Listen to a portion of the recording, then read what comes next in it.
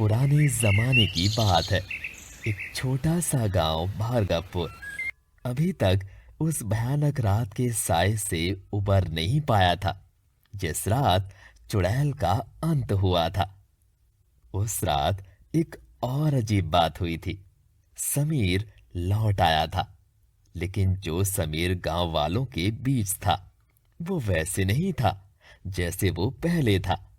उसकी आंखें बेजान सी लगती थी और उसका व्यवहार बिल्कुल बदल चुका था। रवि और अंजलि ने महसूस किया कि समीर अब पहले जैसा नहीं रहा। वो चुप रहता, ज्यादा बात नहीं करता और रात होते ही बिना किसी वजह के जंगल की तरफ देखने लगता। सबको लगा कि वो सिर्फ डर गया है, लेकिन रवि के दिल में एक अजीब सी घबराहट थी। एक शाम रवि और अंजलि उसके पास गए। समीर, तू ठीक तो है ना? तू पहले जैसा क्यों नहीं लग रहा? मैं बिल्कुल ठीक हूँ, बस थोड़ा थक गया हूँ। थक गया? पर तू तो रात भर सोता है, फिर भी तेरा चेहरा उतरा हुआ क्यों लग रहा है? शायद मुझे नई नींद की जरूरत है या नए जीवन की। उसकी बात सुनकर रवि और अंजलि एक दूसरे की तरफ देखने लगे। उनको समीर की आवाज अजीब लगी, जैसे एक ठंडी बेजान आवाज हो। फिर एक दिन एक और बच्चा गांव से गायब हो गया, फिर दूसरा, फिर तीसरा। पूरे गांव में एक बार फिर से भय का माहौल छा गया। लोग समझ नहीं पा रहे थे कि जब चुड़ैल मिट चुकी है तो बच्चे क्यों गायब हो रहे हैं।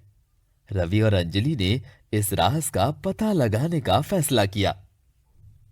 एक रात रवि, अंजलि और दो और नौजवान चुपके से समीर का पीछा करने लगे। समीर धीरे धीरे जंगल की तरफ जा रहा था, जैसे कोई उसे बुला रहा हो। जैसे ही वो एक पुराने पेड़ के पास पहुंचा, उसका शरीर अचानक हिलने लगा। धीरे धीरे उसका चेहरा बदलने लगा। उसकी आंखें लाल हो गई, हाथ लंबे और नाखून बड़े हो गए। ये तो समीर नहीं है, ये तो चुड़ैल की कोई शक्ति है। और फिर उन्होंने देखा, एक पत्थर के पीछे असल समीर जंजीरों में जकड़ा पड़ा था। उसका चेहरा उदास और कमजोर था, जैसे उसके शरीर की जान खींच ली गई हो। समीर कमजोर आवाज में, बचाओ, मुझे इसने बंदी बना रखा है, ये असली चुड़ैल है। तभी वो डरावनी शक्ति जो समीर के रूप में थी जोर से हंसी। तुम्हें लगा कि तुम मुझे खत्म कर सकते हो? नहीं, मैं अब भी जिंदा हूँ, और हाँ, बच्चे की जान लेकर और शक्तिशाली हो जाऊंगी। जिस रात समीर चुड़ैल के कब्जे से आया था, उस रात असली चुड़ैल ने एक चाल चल दी थी। जब लोग उसे जलाने की कोशिश कर रहे थे, तब उसने एक आखिरी जादू चला दिया। उसने समीर की रूह चुरा ली और अपनी शक्ति उसके शरीर में डाल दी। गांव वालों को लगा कि चुड़ैल खत्म हो गई, मगर असल में वो समीर के रूप में जिंदा थी। रवि और अंजलि समीर को छुड़ाने का एक तरीका सोच ही रहे थे कि तभी एक गांव का आदमी वहां से गुजर रहा था। उसने रवि और अंजलि को छुपे हुए देखा और बिना देर किए पूरे गांव को इकट्ठा कर लिया।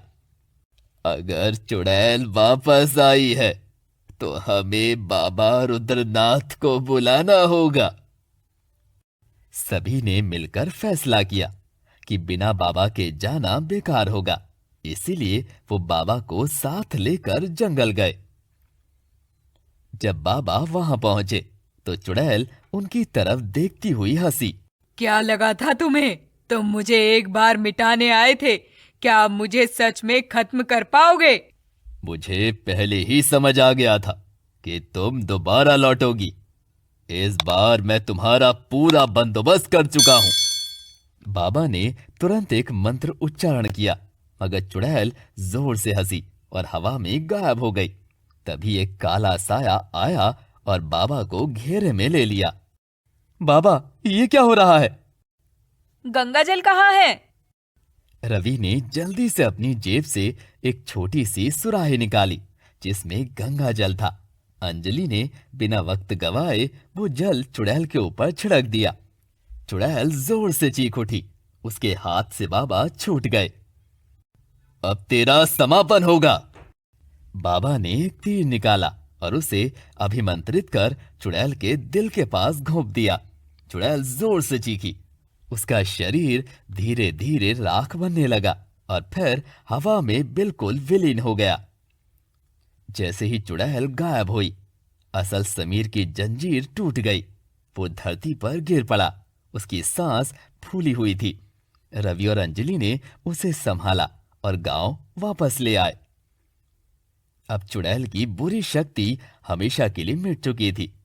गांव वालों ने एक बड़ी पूजा का आयोजन किया और जंगल के उस जगह एक बड़ा मंदिर बनवा दिया, जिससे कोई भी बुरी आत्मा वापस ना आ सके। भार्गवपुर एक बार फिर से सुरक्षित हो गया था। लेकिन रवि ने आखिरी बार जंगल की तरफ देखा और उसे ऐसा लगा जैसे एक पेड़ के पीछे कोई लाल आंखें चमक रही थी। मगर उसने सोचा कि शायद वो सिर्फ उसका वहम था।